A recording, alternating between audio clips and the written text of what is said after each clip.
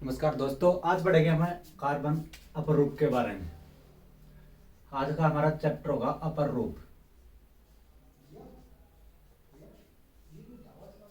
आज हम पढ़ रहे हैं अपरूप के बारे में। अपरूप क्या होता है पहले तो ये बताएंगे हम। अपरूप किसे कहते हैं कि किसी भी तत्व के भिन्न भिन्न रूप में पाया जाना क्या कहलाता है। किसी भी तत्व का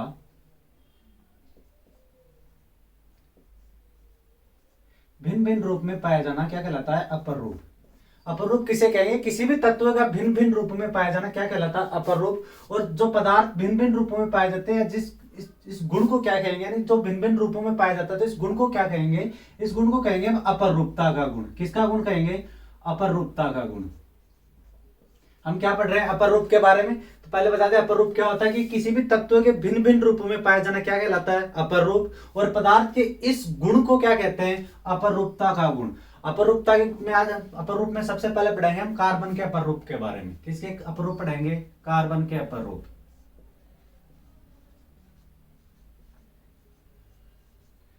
आज हम पढ़ रहे हैं कार्बन के अपर रूप के बारे में। कार्बन के अपर रूप के बारे में पहले बता दूं कि कार्बन कितने अपर रूप होते हैं। तो कार्बन के दो अपर रूप होते हैं। कितने होते हैं, दो। पहला होता है क्रिस्टलीय अपर रूप। पहला कौन सा होता है, क्रिस्टलीय अपर रूप। दूसरा कौन सा होता है, अक्रिस्टलीय अपर रूप। कार्बन के कितने अपर रूप होते हैं, कार्बन के दो अपर रूप होते हैं। पहला क्रिस्टलीय अपर रूप, दूसरा अक्रिस्टलीय अपर रूप। तो हम क्रिस्टलीय अपर रूप किसे कहेंगे, तो क्रिस्टलीय अपर रूप किसे कहेंगे, जिन कार्बन अपरूपों की संरचना, जिन कार्बन अपरूपों की संरचना एक निश्चित ज्यामिति में होगी। जिन कार्बन अपरूपों की संरचना एक निश्चित ज्यामिति में होगी।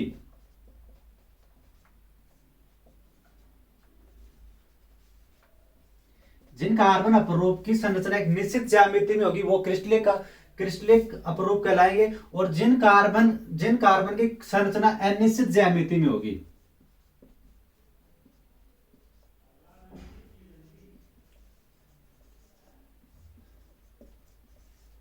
वो क्या, जिन कार्बन अपरूप की ज्यामिति अनिश्चित, या जिन कार्बन अपरूप की संरचना अनिश्चित ज्यामिति में होगी वो होंगे अक्रिस्टलीय अपरूप। और जिनकी संरचना निश्चित ज्यामिति में होगी वो होंगे क्रिस्टलीय अपरूप। अब बात करें क्रिस्टलीय अपरूप कितने प्रकार के होते हैं, कौन कौन से होते हैं। तो क्रिस्टलीय अपरूप की बात करें तो क्रिस्टलीय अपरूप में पहला आता है हीरा, दूसरा आता है ग्रेफाइट,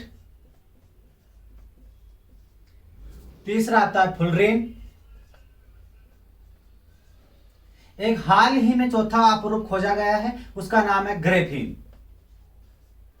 पहले क्रिस्टलीय अपरूप में तीन अपरूप हुआ करते थे, हीरा, ग्रेफाइट और फुलरेन। हाल ही में एक और खोजा गया जिसका नाम है ग्रेफीन। अब बात करें अक्रिस्टलीय अपरूप में कौन कौन से होते हैं, कितने होते हैं। तो इसमें सबसे पहला आता है कोयला, दूसरा आता है कोक, तीसरा आता है चारकोल। ये इंपॉर्टेंट, चार इसमें इंपॉर्टेंट है। कौन कौन से, पहला कोयला, दूसरा कोक, तीसरा चारकोल। आज हम पढ़ेंगे कार्बन के क्रिस्टलीय अपरूप के बारे में। तो कार्बन के क्रिस्टलीय अपरूप के बारे में, तो क्रिस्टलीय अपरूप कौन कौन से हैं, पहला हीरा है, दूसरा ग्रेफाइट है, तीसरा फुलरेन है, चौथा ग्रेफीन है।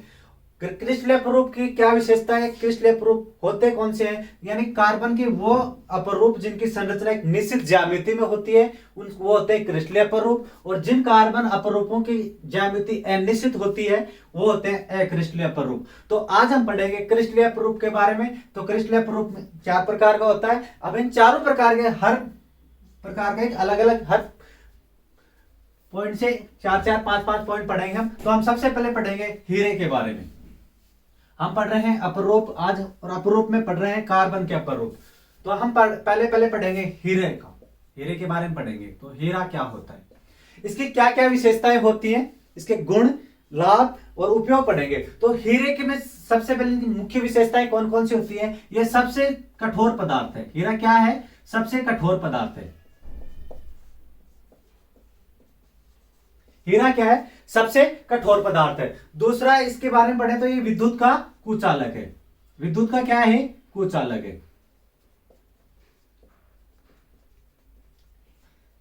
हीरा क्या है, सबसे कठोर पदार्थ है, विद्युत का कुचालक है। और इसका जो भार होगा वो किस में मापा जाएगा, इसका भार हम कैरेट में नापेंगे। किसमें मापा जाता है? कैरेट में मापा जाता है। तो हीरे के बारे में पढ़ रहे हैं। हीरा क्या है? सबसे कठोर पदार्थ है, यह विद्युत का कुचालक होता है, इसका भार कैरेट में नापा जाता है। बात करें जो इस हीरे का जो अध्ययन किया जाता है, तो साइंस की कौन सी शाखा में इसका अध्ययन किया जाता है? तो इसका अध्ययन की बात करें तो इसका अध्ययन कौन सी शाखा में किया जाएगा? हम बात करें कि किसी भी चीज को या किसी भी एक इंपॉर्टेंट चीज को पढ़ रहे हैं तो उसका अध्ययन किया जाता है साइंस में, तो उसका अध्ययन किया जाता है तो उसको उसका एक अलग नाम दिया जाता है। तो इसकी साइंस की कौन सी शाखा में अध्ययन किया जाता है? तो इसकी साइंस की क्रिस्टलोग्राफी में अध्ययन किया जाता है। तो हीरे का अध्ययन किसमें किया जाता है? क्रिस्टलोग्राफी में। तो हीरे का अध्ययन किसमें किया जाता है? क्रिस्टलोग्राफी में। या जो हीरे का अध्ययन किया जाएगा वो कहलाता है क्रिस्टलोग्राफी। इसके बाद बात करें कि हीरे में कार्बन की मात्रा कितनी होती है, तो इसमें हीरे में कार्बन की मात्रा की बात करें तो हीरे में कार्बन की मात्रा होती है 100%। अब कार्बन की मात्रा अगर 100% है तो हम कह सकते हैं कि कार्बन का सबसे शुद्धतम रूप कौन सा होता है? कार्बन का सबसे शुद्धतम रूप,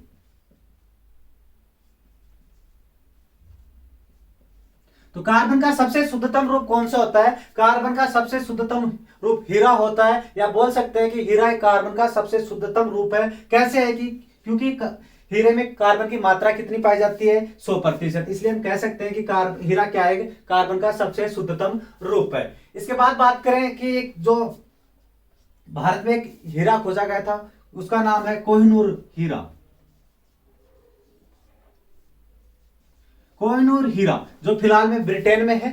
ये कोहिनूर हीरा कहां से प्राप्त किया गया था? ये कोहिनूर हीरा गोलकुंडा की खानों से प्राप्त किया गया था। कहां से प्राप्त किया गया था? गोलकुंडा की खान से।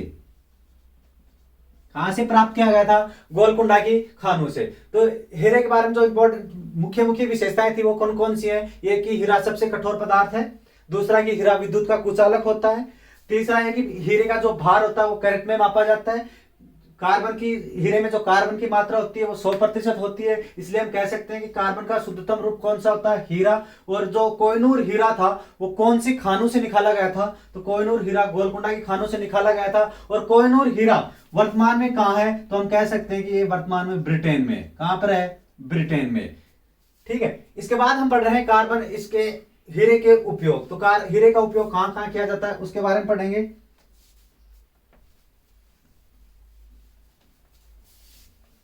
अब पढ़ रहे हैं हीरे के उपयोग। तो हीरे का उपयोग कहां कहां किया जाता है? हीरे का उपयोग सबसे ज्यादा किया जाता है आभूषणों में। किसमें किया जाता है? आभूषण बनाने में, या आभूषणों में किया जाता है। सबसे ज्यादा उपयोग किसमें किया जाता है? आभूषण बनाने में। इसके बाद हम और इसमें उपयोग किसमें किया जाता है? पत्थर की कटाई में। किसमें किया जाता है? पत्थर की कटाई में। जो पत्थर कटाई की मशीन होती है जिसको डायमंड बोलते हैं, उस डायमंड क्यों बोलते हैं? क्योंकि इसमें हीरा होता है इसलिए बोलते हैं उसको डायमंड। जो पत्थर काटने की मशीन होती है उसको बोलते हैं डायमंड। और डायमंड में क्या लगा हुआ होता है? हीरा। हीरा लगा होने के कारण इसको क्या बोलते हैं? डायमंड। तो पत्थर कटाई में किसका उपयोग किया जाता है? हीरे का। इसके बाद बात करें कि हीरा है जो इसका आभूषण में उपयोग किया जाता है, पत्थर की कटाई में उपयोग किया जाता है। इसके बाद हम पढ़ रहे हैं ग्रेफाइट के बारे में। अब ग्रेफाइट का अध्ययन करेंगे। ग्रेफाइट के बारे में पढ़ रहे हैं। तो ग्रेफाइट की कुछ विशेषताएं होती हैं। इसकी सबसे इंपॉर्टेंट विशेषता क्या है? इसकी इंपॉर्टेंट विशेषता है कि इसकी दो परतों के बीच में, दो परतों के बीच में मुक्त इलेक्ट्रॉन पाए जाते हैं। क्या पाए जाते हैं? मुक्त इलेक्ट्रॉन पाए जाते हैं। जो ग्रेफाइट होगी उनकी दो परतों के बीच में मुक्त इलेक्ट्रॉन पाए जाते हैं। मुक्त इलेक्ट्रॉन पाए जाने के कारण ये क्या होता है? विद्युत का सुचालक होता है। जहां मुक्त इलेक्ट्रॉन पाए जाएंगे वो विद्युत का चालक होगा। और ग्रेफाइट में दो परतों के बीच में क्या पाया जाता है? मुक्त इलेक्ट्रॉन पाए जाते हैं, इसलिए क्या होगा? विद्युत का सुचालक होगा। तो इसकी पहली विशेषता क्या हो गई? ये विद्युत का चालक होता है। विद्युत का चालक होता है। ठीक है। दूसरा एक इसकी प्रकृति कैसी होती है, इसकी आकृति कैसी होती है। तो बात करें कि ग्रेफाइट है, इसकी विशेषता हो गई। तो ग्रेफाइट शब्द आया कहां से? तो हम बात करें कि ग्रेफाइट शब्द आया था हमें ग्रेफो शब्द से मिला था। किससे मिला था? ग्रेफो शब्द से। अब ग्रेफो शब्द का अर्थ जाने तो क्या होता है? ग्रेफो शब्द का मतलब होता है लिखना। ग्रेफो शब्द का मतलब क्या होता है? लिखना। ग्रेफाइट किस शब्द से बना था? ग्रेफो से। और ग्रेफो का अर्थ क्या होता है? लिखना। अब बात करें कि इसकी खोज किसने की, या इसका खोज किसने की थी? तो इसकी खोज की थी इसकी खोज ग्रेफो ने की थी, और इसको ग्रेफो शब्द से इसका क्या अर्थ होता है? लिखना। अब बात करें कि इस जो ग्रेफाइट है इसका अध्ययन किसमें किया जाता है? ग्रेफाइट का अध्ययन, जैसे हीरे का अध्ययन किसमें किया गया था, उसी प्रकार ग्रेफाइट का अध्ययन किसमें किया जाता है? तो ग्रेफाइट का अध्ययन किया जाता है ट्राइवोलॉजी में। ग्रेफाइट का अध्ययन किसमें किया जाता है? ट्राइवोलॉजी में। ग्रेफाइट का अध्ययन किसमें किया जाता है? ट्राइवोलॉजी में। और हीरे का अध्ययन किसमें किया गया था? क्रिस्टलोलॉजी में। उसी प्रकार ग्रेफाइट का अध्ययन किसमें किया जाता है? ट्राइवोलॉजी में। अब बात करें इसकी विशेषताओं के बारे में, तो इसकी विशेषता पहली होगी कि दो परतों के बीच में मुक्त इलेक्ट्रॉन पाए जाते हैं, यह विद्युत का सुचालक होता है। अब इस ग्रेफाइट का उपयोग कहां कहां किया जाता है, तो इसको उपयोग के बारे में पढ़ते हैं। तो उपयोग के बारे में पढ़े तो पहला इसका सबसे ज्यादा उपयोग किया जाता है सीसा पेंसिल बनाने में, सीसा पेंसिल में। ग्रेफाइट का उपयोग किसमें किया जाता है? सीसा पेंसिल में। अब बात करें कि सीसा पेंसिल में सीसा कितने प्रतिशत होता है? सीसा पेंसिल इसमें सीसा कितने प्रतिशत होता है? तो सीसा पेंसिल में सीसा 0% होता है। क्यों? क्योंकि एक ग्रेफाइट से ही बनी होती है। इसका नाम सीसा पेंसिल है, लेकिन इसमें सीसा यूज नहीं किया जाता है, इसलिए हम इसमें सीसा का कितना प्रतिशत यूज होता है? 0%। क्वेश्चन आया कि सीसा पेंसिल में शीशे की कितनी मात्रा होती है, तो आंसर होगा 0%। शीशे में सीसा पेंसिल में शीशे की कितनी मात्रा होती है? 0%। दूसरा इसका उपयोग किसमें किया जाता है? दूसरा इसका उपयोग किया जाता है शुष्क स्नेहक रूप में, शुष्क स्नेहक के रूप में। किसके रूप में किया जाता है? शुष्क स्नेहक के रूप में। तीसरा इसका उपयोग किया जाता है परमाणु भट्ठियों में। किसमें किया जाता है? परमाणु भट्ठियों में इसका उपयोग किया जाता है। तो ग्रेफाइट का अध्ययन कर रहे हैं, तो ग्रेफाइट किससे बना था? एक ग्रेफो शब्द से बना था, जिसका अर्थ होता है लिखना। और ग्रेफाइट जो है इसका ज्यादातर उपयोग लिखाई में किया जाता है सीसा पेंसिल के द्वारा। अब बात करें कि इसकी विशेषताओं की, तो इसकी दो परतों के बीच में क्या पाए जाते हैं? मुक्त इलेक्ट्रॉन पाए जाते हैं, जिसके कारण ये क्या होता है? विद्युत का सुचालक होता है। और इसका उपयोग किस किस में किया जाता है? सीसा पेंसिल बनाने में। सीसा पेंसिल में शीशे की कितनी मात्रा होती है? 0%। दूसरा इसका उपयोग किया जाता है मशीनों के सूक्ष्म स्नेहक के रूप में। तीसरा इसका उपयोग किया जाता है परमाणु भट्ठियों में। और परमाणु भट्ठियों में इसका उपयोग किसके रूप में किया जाता है? ग्रेफाइट की छड़ों के रूप में किया जाता है। किसके रूप में किया जाता है? ग्रेफाइट की छड़ों के रूप में इसका उपयोग किया जाता है परमाणु भट्ठियों में। ठीक, इसके बाद हम पढ़ेंगे फुलरिन के बारे में।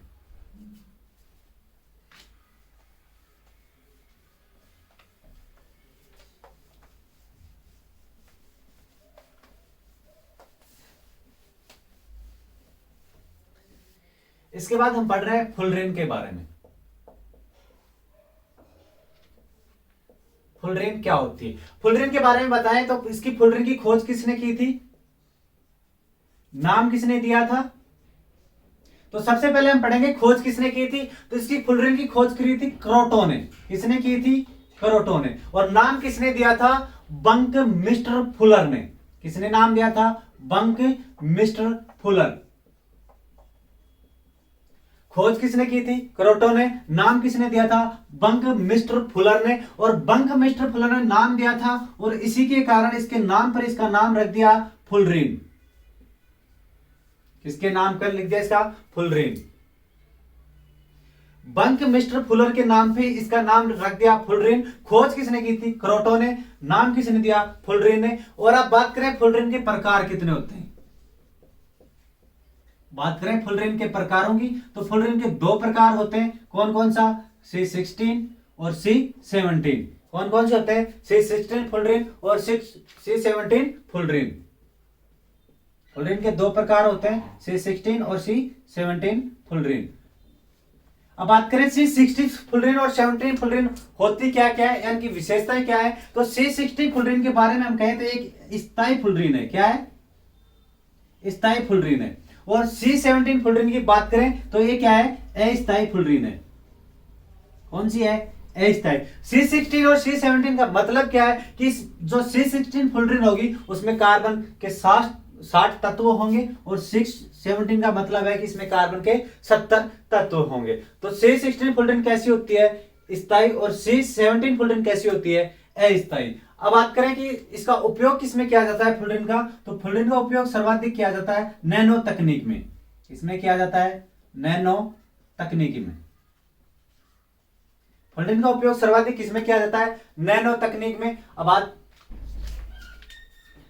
किसमें किया जाता है? नैनो तकनीक में। अब फुलरिन को एक बंकी बॉल भी कहते हैं। फुलरिन को क्या कहते हैं? बंकी बॉल। अब इसको फुलरिन को बंकी बॉल क्यों कहते हैं? क्योंकि फुलरिन की जो आकृति है, जो संरचना है, वो एक बॉल की तरह दिखाई देती है, जिसके कारण इसको कहते हैं बंकी बॉल। तो फुलरिन की क्या होती है? फुलरिन बंकी बॉल की तरह दिखाई देती है। अब बात करेंगे फुलरिन की खोज किसने की? करोटो ने। नाम किसने दिया? बंक मिस्टर फुलर ने। बंक मिस्टर फुलर ने नाम दिया तो इसी के नाम पे इसका नाम रख दिया फुलरिन। अब फुलरिन कितने प्रकार की होती है? फुलरिन दो प्रकार की होती है। पहला C16 फुलरिन जो स्थायी फुलरिन है, दूसरा C17 फुलरिन जो अस्थायी फुलरिन है। इसका फुलरिन का उपयोग किसमें किया जाता है? नैनो तकनीक में। अब बात करें इसके बाद हम ग्रेफिन की, जो हाल ही में खोजा गया है ग्रेफिन। ये ग्रेफिन क्या है? कार्बन का चौथा अपर रूप। तो ग्रेफिन के बारे में बात करें तो इसकी खोज दो वैज्ञानिकों ने की थी। दो वैज्ञानिकों ने इसकी खोज की थी। नाम था आंद्रे, एक का आंद्रे जीन, एक का आंद्रे जीन, दूसरे का था नोवोसेलोव। दूसरे का नाम था नोवोसेलोव। तो इसको ग्रेफिन की खोज किसने की? आंद्रे जीन ने और नोवोसेलोव ने। अब बात करें कि ये जो ग्रेफिन है, इसका उपयोग किसमें किया जाता है? तो ग्रेफिन का उपयोग किसमें किया जाएगा? सूचना प्रौद्योगिकी में। किसमें किया जाएगा? सूचना प्रौद्योगिकी में।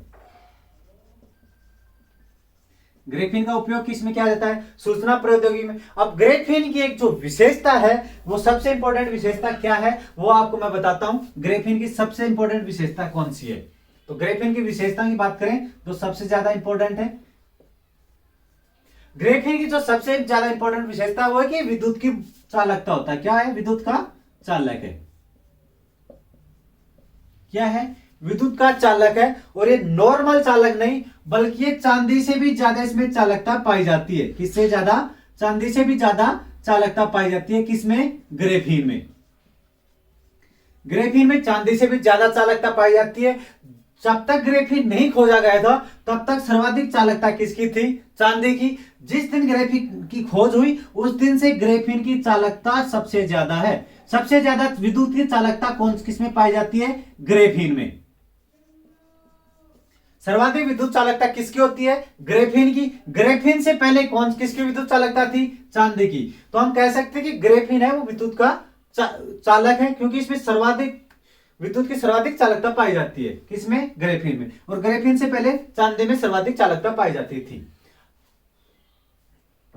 हम पढ़ रहे थे कार्बन के अपर रूप के बारे में, जिसमें हमने पढ़ा हीरा, ग्रेफाइट, फुलरेन और ग्रेफिन। ठीक है, इन सब का हमने एक हर में से चार चार पांच पांच पॉइंट पढ़े। अब इन सब में से जो एक कॉमन पॉइंट होगा और डिफरेंट होगा, वो एक बार बताते हैं आपको। हम पढ़ रहे हैं हीरे के बारे में, हीरा। दूसरा हमने पढ़ा ग्रेफाइट। तीसरा हमने पढ़ा फुलरेन। चौथा हमने पढ़ा ग्रेफिन। अब सबसे पहले बात करें विद्युत की चालकता की। विद्युत चालकता, तो विद्युत चालकता की बात करें तो हीरा क्या है? विद्युत का कुचालक है। क्या है? कुचालक। दूसरा पढ़ें ग्रेफाइट क्या है? विद्युत का चालक है। क्या है? चालक है। ये विद्युत की चालकता इसमें पाई जाती है। तीसरा हम पढ़े फुलरिन के बारे में, तो फुलरिन में क्या है? विद्युत की, ये भी क्या है? विद्युत का कुचालक है। चौथा हम पढ़ रहे हैं ग्रेफिन की, तो ग्रेफिन क्या है? विद्युत का चालक है। तो इनमें जो कॉमन है कि हीरा और फुलरिन दोनों विद्युत के कुचालक हैं, और ग्रेफाइट और ग्रेफिन क्या है? विद्युत के चालक है। अब इनके उपयोग की बात करें तो हीरे का उपयोग किसमें किया जाता है? ज्यादातर आभूषण बनाने, आभूषणों में। किसमें किया जाता है? आभूषण बनाने में। इसका उपयोग किसमें किया जाता है? ग्रेफाइट का शीशा पेंसिल में। और फुलरिन का किसमें किया जाता है? नैनो तकनीक में। और ग्रेफिन का उपयोग किसमें किया जाता है? सूचना प्रौद्योगिकी में।